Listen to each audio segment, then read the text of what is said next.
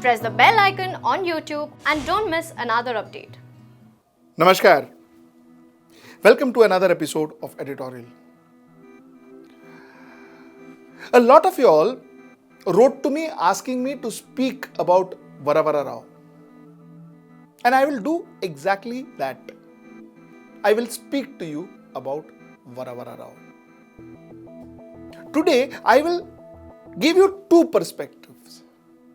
Perspective number one is of Varavara Rao's supporters who call him an activist and a poet, and who feels that an 81-year-old man who is suffering from COVID is still kept in custody. They feel that is wrong. We will talk about that. But we will also talk about the state. The state that feels Varavara Rao is a communist Maoist leader. And why the state thinks that it is important that he is behind bars. We will talk on both these perspectives. What I will not do today is I will not give you an opinion. But I would leave it to you to form your own opinion after you see both these perspectives. That is going to be my editorial today. Let's get right into the show. So let's first talk about Varavara Rao and people who support Varavara Rao.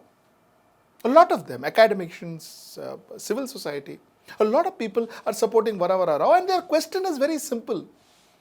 They say, why keep an 81-year-old man who, according to his family, has gone delusional? He's sick. He's got COVID. He is in no shape to even walk.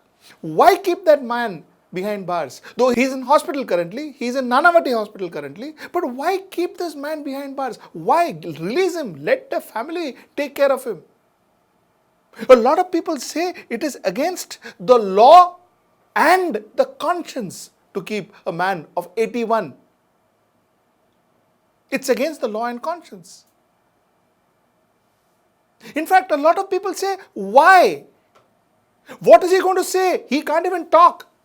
He is not even in a position to talk. What answers are he going to give you? तो क्यों कर रहे हो? Is the state taking revenge? Is that what is happening? Another bunch of people, in fact, the family, before I go to the bunch of people, the family says when they saw him from far, they saw him lying in a pool of urine. He says, guys, if you can't take care of him, we will take care of him. Hand it over to me. Hand him over to us. Now, to add to this, I will also show you a small clipping. We spoke to the nephew of Mr. Varavara Rao. We will show what he said and then we will take it further. See, the first thing is the case itself is a fabricated case based on cooked up evidence. This is not only our contention, but actually when the case was foisted in June 2018, several experts, journalists who were carrying Naxalite news for about 2 decades, 3 decades, and even forensic experts, even retired police officers said this evidence will not stand the scrutiny of law courts. It's all cooked up, either doctored or completely fabricated. Our demand for his release or our demand for scrapping the case is not a new one. It has been there for 2 years and supported by everybody, starting from the family members to Sharad Pawar. So that is the basic fact of the case. On July 15th, we went and with jail's permission, jail gave a permission letter to visit him in hospital. We went to hospital. On July 15th evening, we went to JJ hospital to see him. He was in a ward called transit ward and he was just like an orphan. Nobody was looking after him. There were no ward boys because of COVID. There were only 2 nurses handling about 60 patients. So they were not looking at him. And there were 5 or 6 guards, constables, sitting outside the ward. We went inside. At that time, he was lying on the bed, which is drenched in urine. He was like an orphan. Nobody was looking at him. I changed the bedclothes. I changed his pajama and shirt. And within these 10-15 minutes, nurses and constables came and threw us out, though we were showing that letter. So this was what Mr. Varavara Rao's nephew said, and this is what generally, like I said, what I feel about Mr. Varavara Rao. Now let us look at from the state perspective. The state says we have got more than enough evidence, a lot of which is also there in public forums.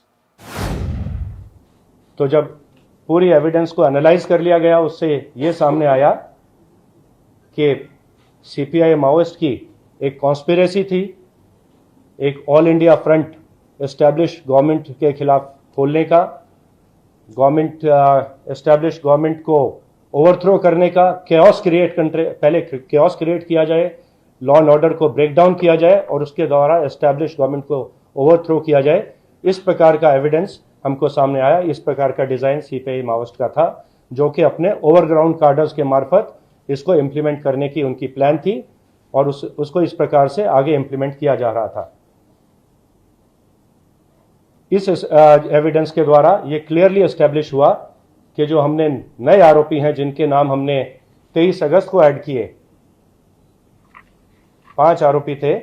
Evidence के बाद हमने जिनके नाम add किए वो Shri Varavara Rao, Arun Ferreira, Vernon Gonsalves, Sudha Bharadwaj, Gautam Navlakha, Anand Teltumbde and एक suspect Stan Swamy. ये 7 आरोपियों के नाम ऐड किए गए। जब हमने लगभग 2 महीने तक हमने पूरी एविडेंस को एनालाइज किया, हम इस निष्कर्ष पर पहुंचे, एकदम क्लियरली एस्टैब्लिश हो गया, लिंक हो गया, एविडेंस मिल गई। उसके बाद इस निष्कर्ष पर पहुंचने के बाद हमने इन लोगों के नाम ऐड किए एज अक्यूज 23 तारीख को, और उसके बाद 29 तारीख को आप सभी को मालूम है देश में 9 जगह पर सर्चेस की गई। इनके प्रेमाइसेस के ऊपर श्री वरवर राव के प्रेमाइसेस हैदराबाद में, अरुण फरेरा का ठाणे में, वर्नन गोंसाल्वेस का मुंबई में, श्रीमती सुधा भारद्वाज का फरीदाबाद में हरियाणा में, एंड श्री गौतम नवलखा का प्रेमाइसेस दिल्ली में सर्च किए गए।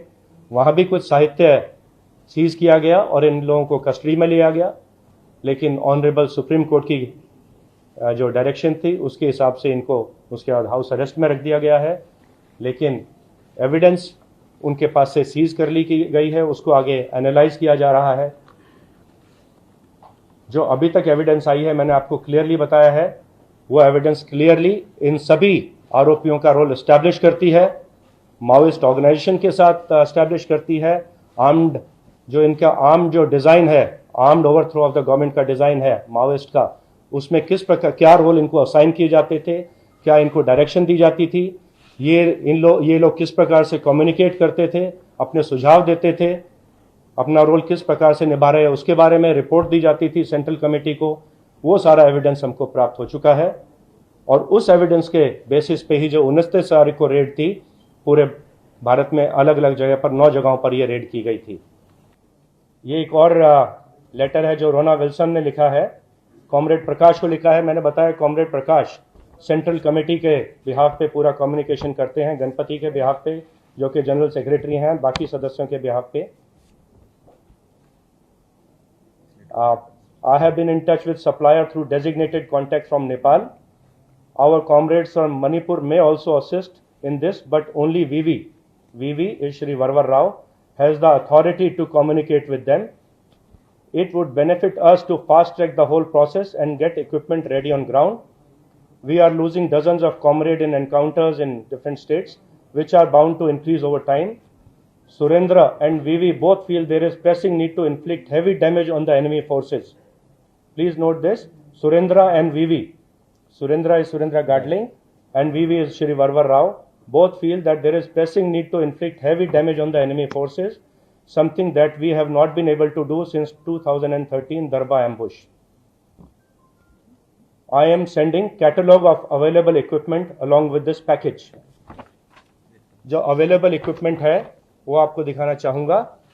ये रशियन ग्रेनेड लॉन्चर का कैटलॉग है जो कि हमने पासवर्ड प्रोटेक्टेड था, हम एक्सट्रैक्ट कर पाए हैं। ये ग्रेनेड लॉन्चर है, GM94 grenade launcher, Chinese QLZ-87 automatic grenade launcher, and ये मशीन गन रोना विल्सन के लैपटॉप से जो पासवर्ड प्रोटेक्टेड था वहां से ये प्रोटेक्ट किया गया। रोना विल्सन ने ये लेटर लिखा था प्रकाश को कि ये मैं कैटलॉग साथ में भेज रहा हूं जो कि श्री वरवर राव के मार्फत से जो प्रोक्योरमेंट की जाएगी, because Shri Varavara Rao is authorised to procure on behalf of the Maoist. They say we have got more than enough evidence that Mr. Varavara Rao is involved with the Maoist. The state says we have got more than enough evidence to prove that Mr. Varavara Rao has been acting against the state. We require time to put all of this in the court. The state says that in the last 10 years, 13 years, we've lost close to 1,950 security forces and close to 6,279 civilians because of Naxalism. We managed to get a letter written to Comrade Kumu Dada. Kumu Dada, I am told, is the number 2 or number 3 of the Maoist rank and file. This letter has been written by somebody called S. Prabhakar.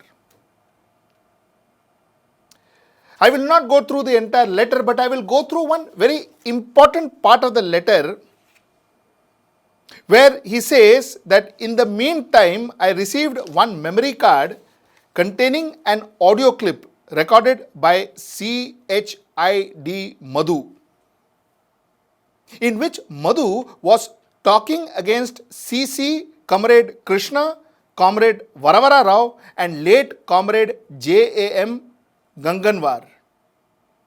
Hence, I suspect that above mentioned leaders might have defamed and kept Madhu away from the movement which made him rebellious.